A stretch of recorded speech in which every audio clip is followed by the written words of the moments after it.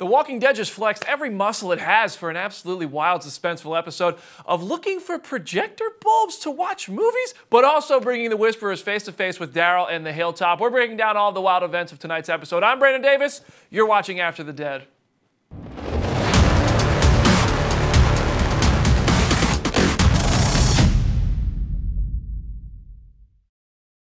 Well, hello, Diddies. What's up? Happy Sunday night. Janelle Wheeler is here. What's up? I am Brandon Davis. My friends call me BD. I did the Paul Jesus Rovia. My friends call me Jesus because he was in tonight's episode. That's right. Welcome to After the Dead, everybody. We do this every Sunday night. If it's your first time, welcome. Thank you. Please share our show and subscribe because we have a good time. Sometimes we have cast members on, things like that. It's fun. But we start every show with a reaction. My reaction, I absolutely loved tonight's episode. The episode is called Bounty. It's directed by Mara Menon, who has directed episodes of Jessica Jones, different shows that people may have liked. And it's written by Matt Negrete, who has written several episodes of The Walking Dead. But to me, this episode is great for several reasons. One, no main characters had to die for it to be good. Yes. It was tremendously suspenseful. I did think that the stuff with Carol and Ezekiel was a little bit silly, but it was a really good contrast. I mean, I love seeing them together, so that always makes me really happy. I love them, and it's nice to see Carol actually in that stage of her life. She's in love, and it's good. After last week's episode, when Henry explains the whole growing her hair out thing because she's comfortable and feels safe now, it's good to see her get to kind of enjoy that. But I have to say, I do think maybe it was a little bit silly, some of that stuff going after the light bulb, the music, but it really was a nice contrast when it was juxtaposed with the really intense, suspenseful stuff going on at the Hilltop. I love this episode. For me, I mean, you can't compare it to Andrew Lincoln's last episode. Right. 905 doesn't even, you can't count it. That was a movie, that was a masterpiece, it was a fan service, it was great. But outside of that, this is, to me, the best episode in years. Yeah, I'm very happy about this episode. And also, Alpha is everything. She's so awesome. I'm such a fan of Alpha. She is killing the game. That actress, I fell in love with her on Hulu when she did Harlots, and she was in another leadership role during that too, and she's so good. We're going to talk about Alpha in just 1 second, but first I wanted to address two comments. I see Charisma and Donna in the comment section asking how Jesus was in the episode. That was a flashback. That was somewhere in between the time where Rick left and the Whisperers killed Jesus. So that was a flashback at the very beginning of the episode where we saw Jesus delivering the charter, which might be a factor going forward. But he's dead. Jesus is dead.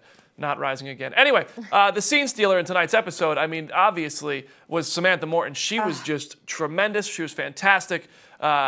She is just so intense, and she is a stone-wall, stone-faced, not showing any emotion. And you know what? Creepy. What's crazy is, to me, it felt like the Hilltoppers were the villains in tonight's episode. And they've tried to do this all the time on the show. They try to make it seem like, oh, maybe Rick is the villain, maybe Negan is the villain. It actually worked tonight. It worked really, really well. I was relating to her a lot. I was like, just give her a daughter. That's all you have to do. The fact that she showed up and she said, you crossed into our land. Yep. There will be no conflict. You killed our people. There will be no conflict. We want my daughter or there will be conflict. Yes. Is she wrong for wanting her daughter back? You can't, I mean, she's abusive, and the right thing to do seems to be protecting the daughter, but we have to say, I mean, you can't tell somebody how to raise a kid, I guess. I mean, you can tell them don't hit them. Absolutely, tell people don't hit their kids, but don't, I mean, we barely even know the daughter. We barely even know her. Why do we care so much about saving her? Just because of Henry? I mean, I just think that it's a little over the top. Well, I think Daryl relates to her because Daryl was abused as a kid, and he has that go. He kind of gravitates towards both of them in understanding their mentality here and adapting this animalistic lifestyle. He's done it. He's adapted with the Claimers and taken on an animalistic lifestyle before in the apocalypse. But you can't put everybody's life at danger for this girl, especially when they have two hostages. Right. And you've killed so many more of their people, and they're still being reasonable with you. They're still at your front door being reasonable. They're being reasonable and killing babies. Well, that scene was insane. And I want everybody in the comment section right now. We're reading the comments. We're live for After the Dead right now. So you can share your comments. We will read them. We will read your name. We'll give you credit. That scene with the baby was wild. I love how when the mother, you don't see her face ever. You hear her kind of whimpering. Yeah. She looks at Alpha, and Alpha just looks at her, and she's It's just like, a look. That's all it takes. And the baby is gone. I just can't believe this. I'm shocked. I was like, are they going to let this baby get eaten on TV right now? I thought. But then we're going to talk about the new characters as well, because I'm loving Luke, Connie, Kelly, Yumiko, and Magna. But the sign language there, when he tells Connie, who's hiding in the crops, that there's a baby over there, she comes out to save it. And I love the directing from Mira Men. And I'm wondering, was this a script choice or a director choice? I'm going to try to do an interview this week to talk about it, because that scene where she's in the cornfield and she can't hear anything, but she also now can't see anything because of the crops around her. It was so intense. And still, like I said just a minute ago, I love how nobody had to die for this episode to be tremendously intense. It was great. I mean, honestly, highs and lows too, because there were comical moments as well with Jerry. Jerry always brings the comedy. I love that about him, and just the whole kingdom thing with the music. I mean, I found myself laughing, and then also being really freaked out, which is nice. It's a good balance. It's nice to be there Walking Dead's definitely changed. I don't know if people are enjoying it. I love tonight's episode. I'm really excited. I'm reading the comments right now. The Wheeler wagon in the house. People are mad at Henry. Oh my goodness, the Wheeler wagon's here. And meanwhile, though, over at the Kingdom, like we just mentioned, they went over to a movie theater. The Kingdom is off on an adventure to try and pick up a projector bulb for their kids to watch movies. It's all kind of Ezekiel's idea. Carol gets on board with it. They're risking their lives for, I guess I would just call these extras.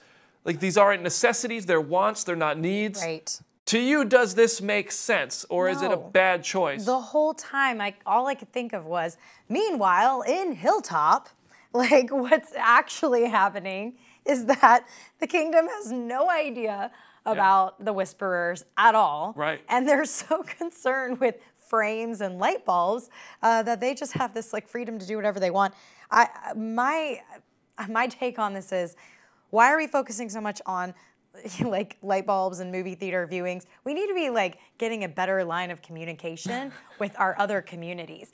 That should be the #1 priority, because the fact that they still don't know about the Whisperers. They don't know that Jesus is dead. King Ezekiel and Carol don't know that Jesus died. They actually made it there. There was a line in the episode where they said we should go to the hilltop and talk to Jesus and see if they'll take us. Yeah. And because Carol's ready to leave the kingdom. But they don't know he's dead. They need to focus on those walkie-talkies, or I don't know, get a cell phone tower up. I don't really know, but that should be more of a focus than like movie time. Do you think that this storyline would have been more acceptable if it wasn't so humorous? Because it was very lighthearted. And I think it's to show that they don't take the zombies seriously anymore. They know how to kill them. But with the music and with their attitudes, it made it all much less serious than it may have been. Like when that zombie popped out of the popcorn machine and got its head ripped off, that was gross and terrible. And that reminded you how serious this is. But then the music and the tone of the scene kind of takes you out of that intentionally, for sure. But I'm curious if people think I want to know what you guys thought of that whole half of the episode. Chris thinks Jerry is being set up to die.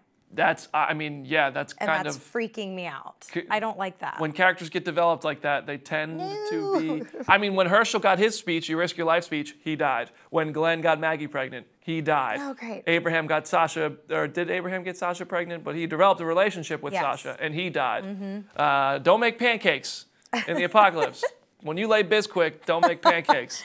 Oh, God. Nothing like a good Abraham Ford reference. You're welcome. We miss you, Abe. Robbie says that Jerry is such a lovable dude, and Robbie, I would like to talk about Jerry in just a second, but also while on the topic of the kingdom, before they rode off into the sunset, we saw a symbol on the back of a street sign. And this symbol probably going to be important, I imagine, because it also popped up in a photo from a future episode. I wonder, do we have theories on what this symbol is? Because you're seeing it right here. This is from episode 13. This isn't next week's episode. Okay. This is the following episode, 2 weeks from tonight. And clearly that symbol on the paper in Carol's hand is playing some sort of role. Maybe it's a sideways K for Kingdom. I mean, before I saw this image, because we get to cheat here at Comic Book, I was like, oh gosh, is this like part of the Whisperers thing? Are they marking like territories where they know are clear for them to hang out in? I was like, is this another group that we don't know about? But you're right, now she's, Carol's seen with it in hand. So I feel like you're right, it has something to do with the kingdom. It might have something, it may have, that was my initial thought though, was it might have something to do with the Whisperers, because as we know from the comics and in tonight's episode, they're very territorial. They don't want you in their land. And in the comics, obviously, we know the heads on the pikes thing, they use that as like their final message. I think they'd use like a W though, not a tent, like a T. They probably would, but maybe they watched the show and realized that the wolves already used that. Yeah. So we can't go back to that, because then everybody would be like, wait, the wolves are back. I just like W's, it's cool. Yeah, I'm interested to see. And maybe it's a new group because we saw in the preview for the back half of season 9, there's like that cowboy guy who rides into Hilltop. Yeah. And Jerry and him are kind of not liking each other is what it looked like.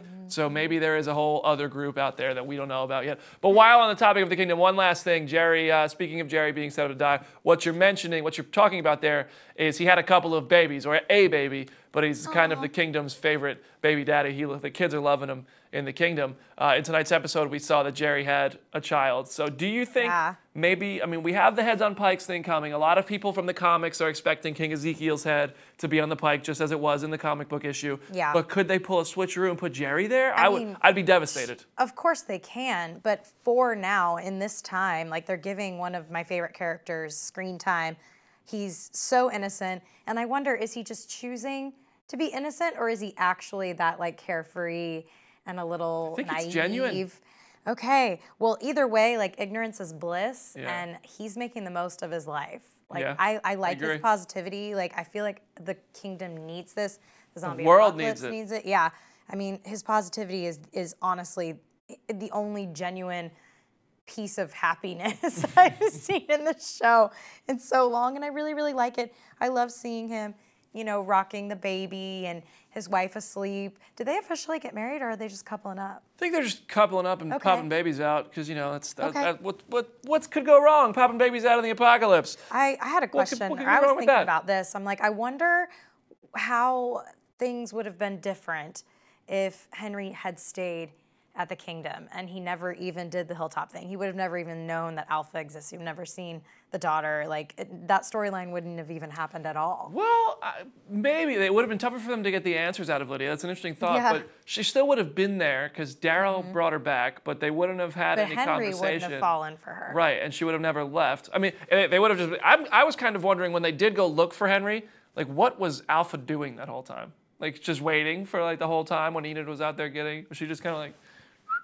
Chilling. But I also, while we have this picture of Jerry up, he's got like a little mini Infinity Gauntlet on. Oh. Yeah, look at that. I just had to point that out. Jerry is totally wearing a little mini Infinity Gauntlet, ready to assemble them Infinity Stones and snap half the Whisperers from existence. Robbie's asking, why did the king frame that document?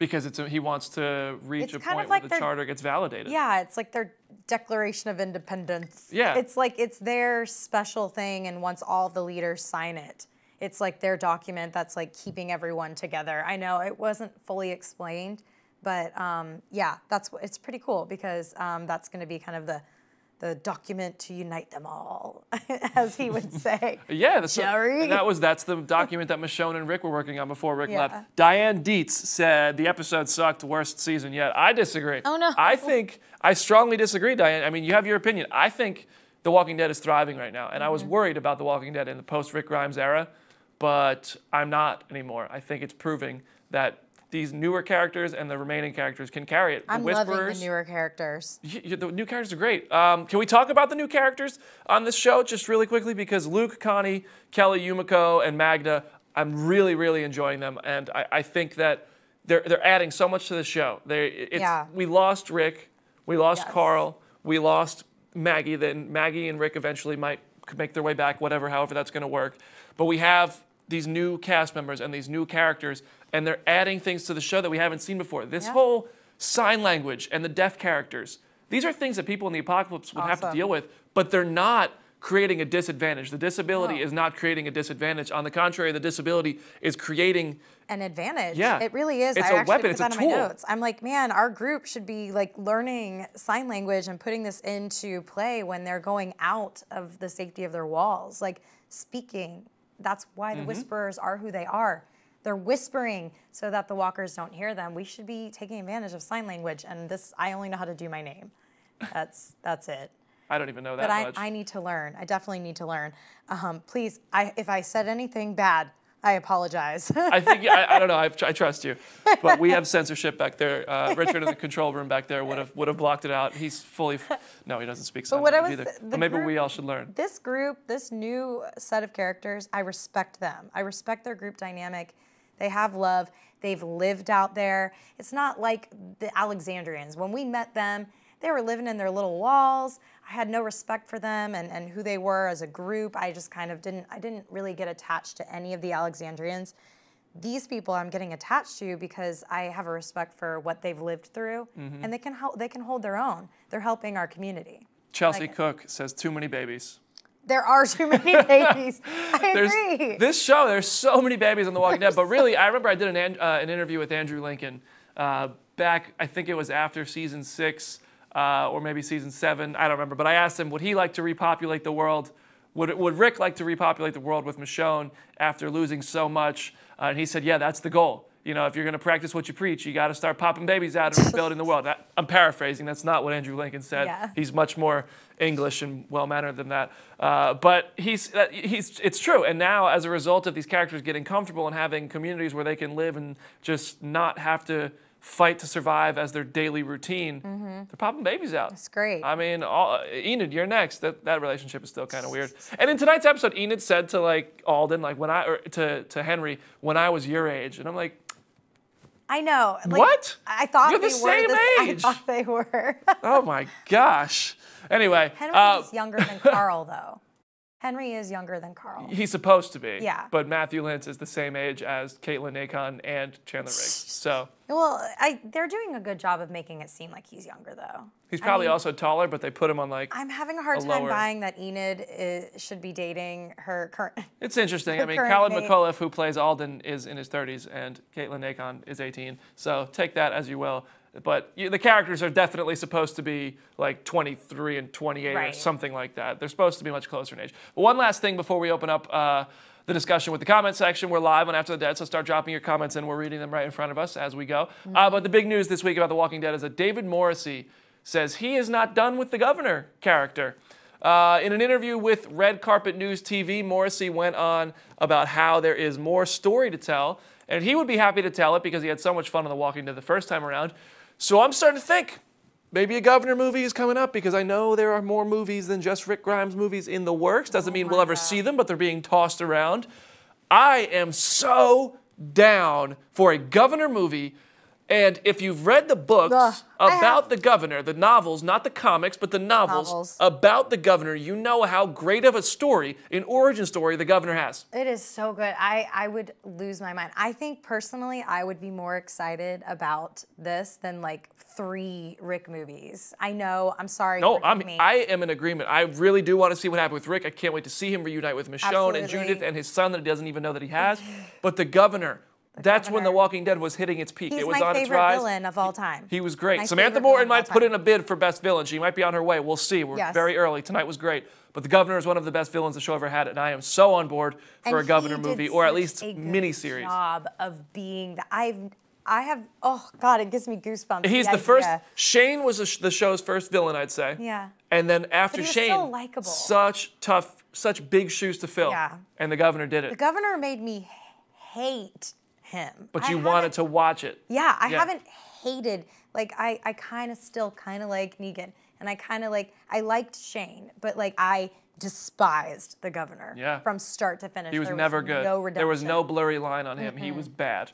He was a bad dude, but his story in the books is so twisted. There's so many plot twists. Can we spoil it? Go for it. Tell a little bit about it. Oh my gosh, what you guys. It's usually me. I'm excited for you to share a little bit here. So if you read these books, there are a lot of special things that happen. First of all, he is not who you think he is. Let's like maybe not spoil it too much, but let's just say he steals some identity. You get to see how he began the apocalypse, who was in his company, and that includes, I'm going to drop some names here, his niece, Penny. Ooh, plot twist. Chew on that. His niece, Penny. And his name's not Philip. And his name is not Philip. It's not Philip. Yeah. Also, Richard in the comment section says Lori was the first villain. Oh. Well, I don't think she was a villain. That's mean. Oh, no. That's mean. But I'm here for the Governor movie. All right. Yeah. We're going to open up to the question. This is my favorite part. It's the Q&A. First question, though, came from Twitter during the week. You can use hashtag AfterTheDead on Twitter at any time to join the show. The first question was, if you could bring back any one character, who would it be? So this comes from Walker Fan. For me, I mean, we just talked about it. I would love to see Shane Walsh again on The Walking Dead. Really more than anything. I think he was more ready for this world than anybody else was at that time. He really was. And he was fun to watch. And I don't want to see, like, him all along. I just kind of like it like if we could just pretend he never died, and then he comes back and we see him thrust back into this new world. Yeah, he finds them. Imagine him against Alpha. Oh, yeah. He would not have been reasonable. Like, Daryl was pretty reasonable in tonight's episode, more so than I expected him to be. I mean, Shane would have just went charging out of the gate. You won't come up here, Alpha, and just shotgun it in tow. Shane would have just thrown her daughter. I don't think he would have even wasted time. I think he would have been like, yeah, okay. That's probably true. Just throwing her out there. Been like, I don't even care. We're not killing our people for this little girl. I don't care. Yeah, that's probably something along those lines would have happened. But it would have been explosive. Like, it would have been high energy, insanity, and he would have been controversial. And I'm all for controversy because it gives us something to talk about. Who would you bring back? Well, I think the no-brainer. Well, okay, first, if you guys watch the show and hang out with us often, I know what you're thinking. You're going to think I'm going to say Glenn because he's my favorite. But I wish we could bring Rick back. I can't believe I wrote this, but I feel like we need Rick and Carl back together to lead this and to follow the comics a little bit more and to, like, I don't know. I miss Rick. I miss Carl. I miss Rick, and if we're gonna say goodbye to Rick, I really wanted Carl to lead, like to step up and grow up into a leadership role with this show. Did you see what Chandler Riggs said this week? No. Oh, this is the internet just being a bunch of just trolls. Just being mean, but getting acknowledged. And Chandler Riggs went on a whole thing about how he thought he did a bad job acting. And then he said he rewatched the show and he was great in the beginning, and then he felt like he got lazy. And his quote was, he sucked when it mattered. And that's just, like, the kid is 18 years old, maybe 19 now. He left the show when he was 18 years old. And people have convinced him. And look, I'm not going to say I think Chandler Riggs is the best actor in the planet. Yeah. Kid was 18 years old, grew up on the show. And Twitter trolls and the internet's trolls got into him enough that he had to acknowledge it, and he agreed with them. And I think that sucks. The kid got to live a dream, growing up on The Walking Dead from the age 10 to 18, and now he has to look back at it as negatively. That sucks. To me, that sucks. I mean, I get it, but like, I wish that he could have been given the opportunity to get better. You know, like to actually give what he would want to give, represent himself the way he wanted to be represented. I just wish we could have seen more. The internet just being the internet. You're right, Robbie. Listen, I read the comment section. I read the comment section on this show. I read your tweets, guys. There's no satisfying anybody, and I do it on a much, much smaller scale than Chandler Riggs did, and I still get haters. I just put my hater shades on, and I'm like, whatever. Same. But we had one more tweet that I wanted to use with the hashtag #AfterTheDead. Walker fan at Easy Street, great name, by the way. They said they would like to see a Negan backstory, which it would include Dwight, and Simon, which I think is really interesting because in the comics, the Here's Negan comic, you get the introduction of Negan and Dwight. You see how he gets the name The Saviors. Simon was unique to TV, so I'd like to see how Stephen Ogg ended up being like the lieutenant there, how he was such a psychopath and what he did at Oceanside. I think that could be really interesting stuff. But yeah, I would like a Negan movie. A little bit more of a comment than a question here. And I think they should make a Jesus movie with Tom Payne, at Just an Actor. That's his Twitter name. No.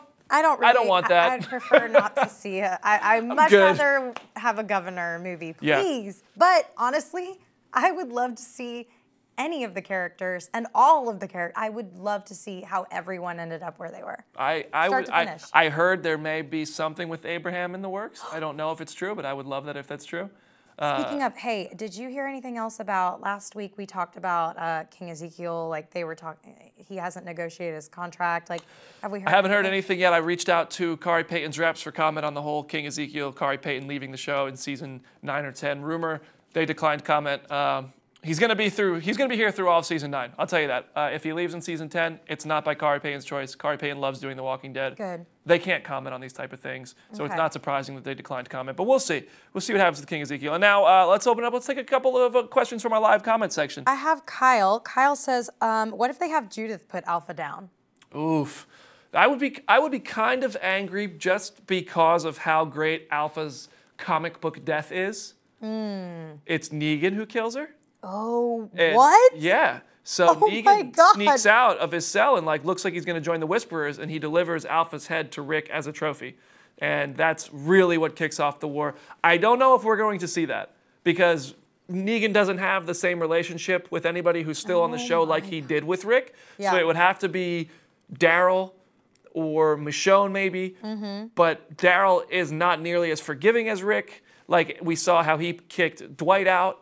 Yeah. So if he kicked Dwight out of Alexandria after he helped save everybody, would he not just be like, get back in your cell immediately, Negan, we don't care that you did this? Well, now he's already out of his cell, so this could, I hope that happens. I would love to see Negan take out Alpha. I mean, as much as Judith would be great, I think she has a little bit more growing to do. I didn't even like her out beyond the walls shooting at Negan on his motorcycle. That was weird to me. I'm still not over that. Yeah, what is she doing just hanging out there? We can't talk about that enough. Judith is just chilling out there by herself. I still feel like it's weird. It was a It's weird. She's or like something. 8 years old. And she's just out there with a big gun, bunch of zombies. Angela Kang on Talking Dead said something like, we just imagine, Michonne is out and there's no babysitter. So I was like, what? nah. See, I truly thought it was a hallucination. I thought that he was just thinking what he needed to think to convince himself to go back to the community. I think that would have been a much better. A lot of people rooting for Negan to kill Alpha in the comments. Robbie says, do you think Alpha and Negan will get busy in all exclamation points? Nope. I don't think so. That would be, Did you see his wives at the compound? Come on. I don't think she is Negan's type, and Nope. I don't think he is Alpha's type. Oh no, they would so be bad. That's not a couple. I would love to sit and watch them talk over dinner, though. That would be interesting. That would be some conversation right there, but I don't think there's much going on, not much chemistry. Robin was asking, is there any Negan update? And I'm curious about this too. Do we know when he's coming, when we're gonna see him again? Because I miss him. I believe we will see him in next week's episode. Oh. But obviously he's just not in tonight's. It's interesting, they have used Negan so much less, and I do believe that is an intentional move after so much backlash from Negan. I think Angela Kang is trying to focus on the characters that people root for. Yeah. And I think Negan does have a huge fan base. And I mean, I enjoy watching Negan on the screen. You can love him, you can hate him, you can love to hate him.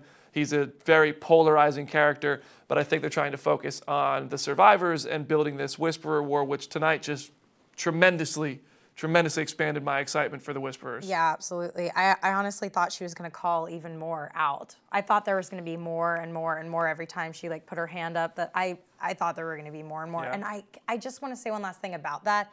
I loved that they actually whispered in the episode, because a lot of people who maybe don't read the comics are like, wait, so why do they have this nickname? Like, we haven't seen them whisper very much. It was nice to see watch her mouth, watch her whisper. Oh, with that accent, it was so good. It hit the sweet spot for me.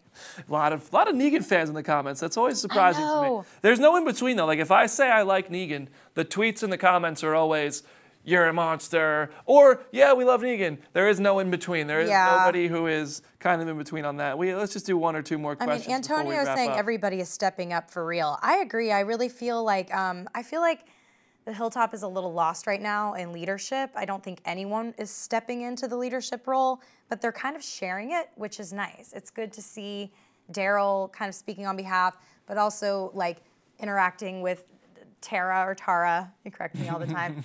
It's nice to see, but I honestly don't know who's going to step up as the leader. I feel like we're kind of floating. I think tonight it seemed like Daryl is becoming the leader for sure, with him being the one who went out and talked to Alpha, with him being the one who made the decision on Lydia, and that was such an important decision with two survivors' lives kind of hanging in the balance there, Alden and Luke.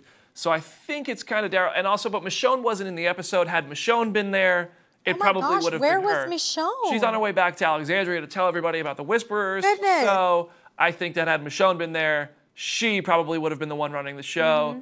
Daryl probably would have been more of a lieutenant enforcer type role. But tonight, Daryl was certainly in charge of this team family. And Alpha was in charge of the whole show, and I loved her. Wiley Smith, I hate Daryl. All right, Wiley. Thank you for elaborating. I do. Listen, I love when people comment and say they don't like it too. I mean, if you can explain your negativity. And there's episodes of the show that I don't like. There's characters in the show that I don't Absolutely. like. But I'll always kind of explain it. With this show, you see a lot of comments now in the comment section. Why is this show still on? Just let it stop watching. Go ahead. Oh, gosh. Just go away. The thing is I have tried to break away, beyond talking about it here with you guys. I've really tried to step back and not obsess on it as much. I can't. It's like a family to me now. I've been with the show for so many years, and I've obsessed on it for so long. I'm just so loyal. I can't. So you're in it till the end. I am. No matter what. I have to be. I love it. I love it. It's an escape for me, which a lot of people say in the comments too. And it makes me value like my relationships and the stability I have in my life, and think about like, what would I do if something terrible happened? Like, whether it be losing, you know, a loved one, like they have to deal with that, or like imagining myself in the zombie apocalypse. It's just cool, you know? I really like it. I've had that conversation, what would I do in the zombie apocalypse, with my friends. Way more times. Had it. Like, that's how I pregame. Like, if I'm going out one night, my pregame is talking about what I'd do in the zombie apocalypse. Pour me another shot. I would grab a chainsaw and I would just go right through them. And I'll have another, that's how my Friday nights go, if anybody's wondering. I would post up at Costco and be like a drug lord with all the Costco goods. That's like, we saw how that goes in Bird Box, though. Yeah. So. We also saw that in Fear with. It's true. Yeah, they were like a trade market, a little black market for Cheetos. Yep. All right, guys, this is After the Dead. We do it every Sunday night. We love that you watch it. If you're new to the show, thank you so much for joining us. We are going to be back next Sunday at the same time on our Facebook.com/comicbooknow page. Make sure you like and subscribe so you get notified. If you want to talk in the meantime, you can hit us up on social media at Janelle Wheeler. Only one E in Janelle. Twitch, Instagram, Twitter, all those things. I am at Brandon Davis BD. I don't Twitch, but I Instagram and I Twitter. You can use hashtag #AfterTheDead to be featured on next week's show. Please do so, guys. Thank you so much for watching. We'll see you there.